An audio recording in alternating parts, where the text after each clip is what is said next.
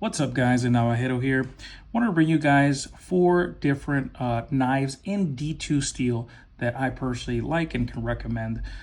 In my opinion, D2 gets a bad rap just because of, knife companies overusing it, but it is a great steel. I think it's a great steel for heavy users, and I know for a fact D2 is putting in lots and lots of work in blue collar jobs in general. Possibly more than your super steel. So yeah, it's a steel that I have much respect for. I personally prefer 14C28N, but I love me some good D2. So let's get into these budget pretty much D2 models. So this first right here is the Ioko. This is a knife that I found in Amazon. And again, all these knives will be linked down below with Amazon links if you guys want to go ahead and check them out. This one I did some modification to. You guys can check the original video that I made for this model, but I just thought it was such a cool looking knife, kind of a traditional style with kind of like a bolster. And I'll put a picture right here of the disassembly, which I thought this was all one piece, but it's actually 2 pieces. So I thought that was pretty cool. Running with a button lock, and I did an acid etch with stone wash to this. So that's why this looks a little bit different if you guys check out the original video. And I really like how it came out. I did some hot bluing, or I changed the color to this kind of bronze color with putting it over flame and stuff. And the action on this knife is really, really cool. I don't believe this has a name, but I know the brand is Ioko. That's how you can find it on Amazon, or again, click the link down below. It'll take you directly to it. I changed also the thumb studs on here. I went with black thumb studs just to, tie it in a little bit more. And I'm thinking about dyeing this white G10 here. But nonetheless, really cool knife. I smoothed out the action a little bit by kind of just compressing the spring inside, which was, I think, kind of hindering the best action you can get out of this knife. And it's a cool sheep's foot, maybe reverse Tonto-ish, Warncliffe-ish kind of blade with a little bit of belly that I feel is very, very useful. Again, love the look of this very, gentleman-y knife looking right here, but very aggressive and useful EDC type of blade, especially with that drop down point. So yeah, really, really liking this. Pocket clip on here is reversible, and again, smooth button lock action. Not the best, and has a little bit of wiggle right here. So not the best as far as your button locks come, but still a great model, a new model. And this one's around 35. I believe they might even be on special under 30 bucks, possibly. So check that one out. Next up, one of my favorites from Kooie, which I love Kooie. This is the Kooie Royale. This one is sporting, again, D2. This is a black wash or PVD coating, I believe. Really cool design to this. Again, more of like a sheep's footy drop point kind of blade. Very useful for EDC. Love this cutout for deployment. Very smooth running on bearings. If I didn't mention, this one's running on bearings as well, the Ioko. And I feel like this one right here is one of the first knives that I really fell in love with because of the action. And it's just so smooth and feels so good in hand. Really nice jimping up here on top. Really grippy right here. Nice little step on here to get on there. And this one's in JG10, but it's available in a bunch of different colors. Reversible deep carry pocket clip, not inset.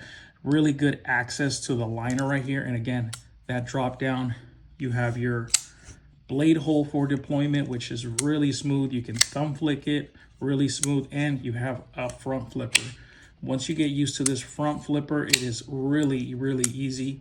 I think this is the one that I learned how to front flip with. So really, really cool knife. Kooie Royale. I think it's a classic. This is a CM design. And if you did not know, CM is a half or one part of owner of Devo Knives. So this is some of his original, designs with Kooie that he made. And I think if you look at Devo Knives and look at this Kooie Royale, you definitely see the same kind of design language. Really, really cool. Love the design. Love the use out of this one. So yeah, another one that I really enjoy. Next one up, this is Free Tiger. This is the FT21 103, I believe. If I'm wrong, I'll go ahead and put it in right here. But this one's another one that I modified myself. Chamfered off the G10 right here to have access to the thumb studs a little bit more. Gave a black wash with stone wash to this D2 blade right here. Nice thin stock on this as well. So this is a pretty good slicer, running on an access lock. So this one's going to be a little bit more, I guess, heavy use, just depending on, you know, what you're going to use it for. Really thick G10 right here, so you get nice purchase on the handle. Feels really good. Not reversible on the pocket clip, but I believe there is holes, so you can drill in holes right here if you want to reverse the pocket clip. So I believe you can do that, if you can see that right there. Nice action on the access lock. This one has a lot of cool noises when you actuate it. I don't know if you can hear it. Let me see.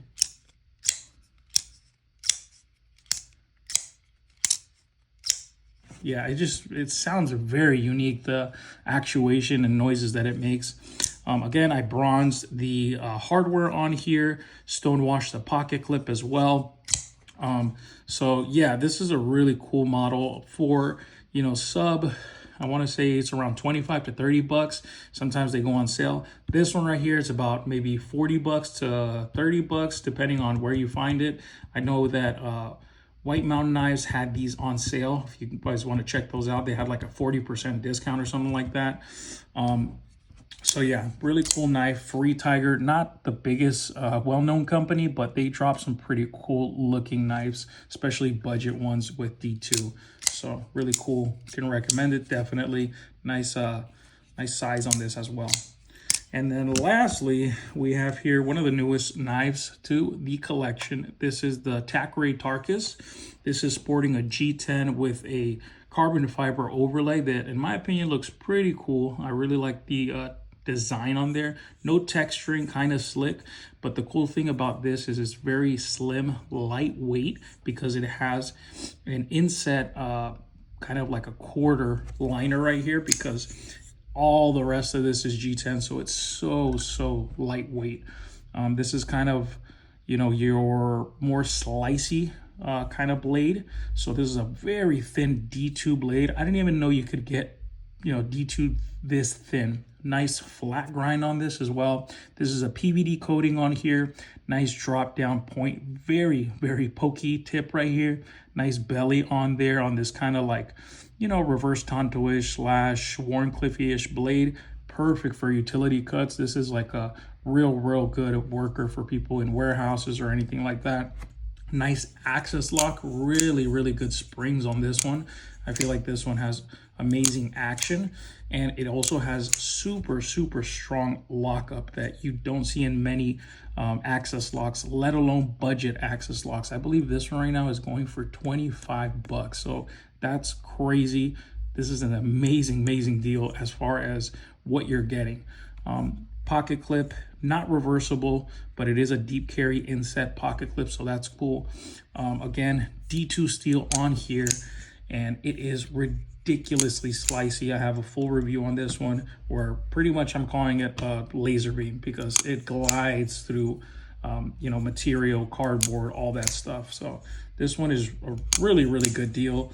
Almost a full-size knife right here, I believe, close to 8 inches. So nice size, but still nice and thin, and in my hands at least feels really good. You still have space if you have larger hands, and yeah, it feels super comfortable. Nice little step on here too. And yeah, I think this one, reverse flicking and thumb flicking, super comfortable. Yeah, can't really complain. For 25 bucks, definitely recommend this. And again, it's a slicer, so you get a lot for 25 bucks. So yeah, guys, that is 4 budget D2 steel knives that I can recommend. Let's all come together and praise D2 for what it is, because it is putting in work. And I hope to see you guys on the next one. If you guys are not subscribed, please consider subscribing and giving me a thumbs up on this video. I will catch you guys on the next one. Later.